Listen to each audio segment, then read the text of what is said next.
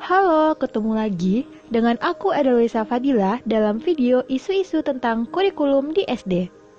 Video ini merupakan pemenuhan tugas akhir mata kuliah seminar ke-SD-an dengan dosen pengampu Bapak Mansurdin SSN M.Hum.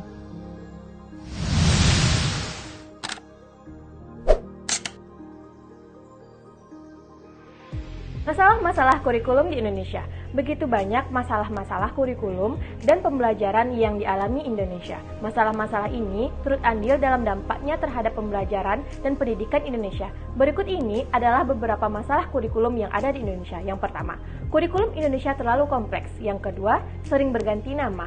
Yang ketiga, kesulitan guru dalam memahami kompetensi inti dan kompetensi dasar. Yang keempat, guru merasa kurang dilatih untuk melaksanakan kurikulum 2013 dalam kegiatan pembelajarannya. Yang kelima, belum adanya silabus final mengakibatkan kesulitan pembuatan RPP. Dan yang terakhir yaitu keluhan tentang keteruntunan materi pembelajaran. Kurikulum Indonesia terlalu kompleks mengakibatkan siswa akan terbebani dengan segudang materi yang harus dikuasainya.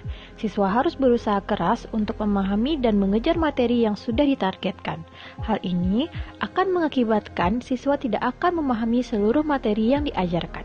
Siswa akan lebih memilih untuk mempelajari materi dan hanya memahami sepintas tentang materi tersebut. Dampaknya, pengetahuan siswa akan sangat terbatas dan siswa kurang mengeluarkan potensi yang dimilikinya. Kurikulum di Indonesia seringkali mengalami perubahan, namun perubahan tersebut hanyalah sebatas perubahan nama semata. Tanpa mengubah konsep kurikulum, tentulah tidak akan ada dampak positif dari perubahan kurikulum di Indonesia. Kesulitan yang paling banyak dikeluhkan oleh para guru adalah mengenai pemahaman tentang kompetensi inti atau KI dan kompetensi dasar atau KD. Dalam hal ini, kurikulum 2013 merupakan kurikulum terpadu sebagai sebuah konsep dapat dikatakan sebagai sebuah sistem dan pendekatan pembelajaran yang melibatkan beberapa disiplin ilmu dan mata pelajaran atau bidang studi untuk memberikan pengalaman yang bermakna dan luas kepada peserta didik.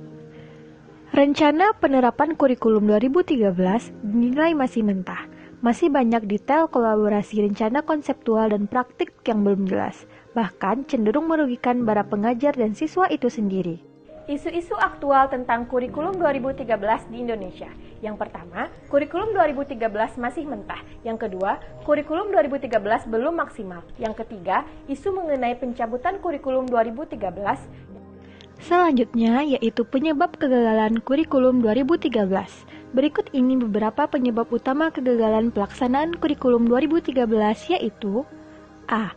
Bertentangan dengan Undang-Undang Nomor 20 Tahun 2003.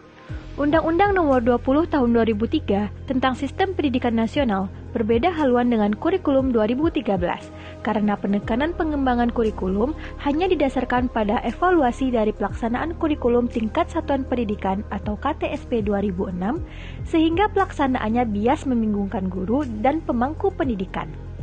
B. Kurangnya ketertiban guru oleh pemerintah. Dalam kurikulum 2013, ketertiban guru sangat kurang dalam mengembangkan kurikulum sehingga apa yang disalurkan dari pusat itu yang dilaksanakan secara sepenuhnya di sekolah masing-masing.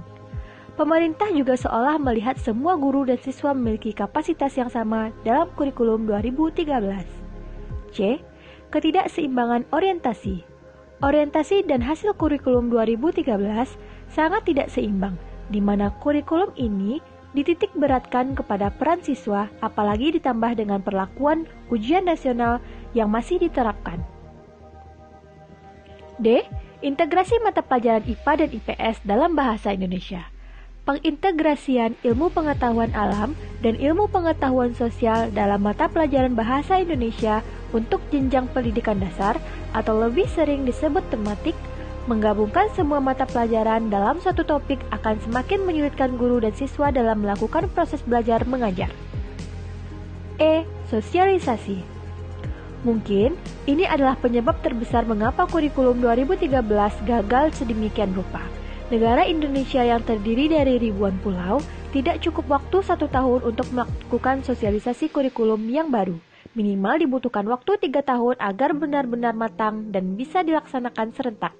sehingga tidak ada lagi kesenjangan kurikulum yang terjadi antar sekolah maupun wilayah tertentu. Terima kasih telah menyaksikan video ini, dan sampai jumpa pada video-video berikutnya. Bye-bye!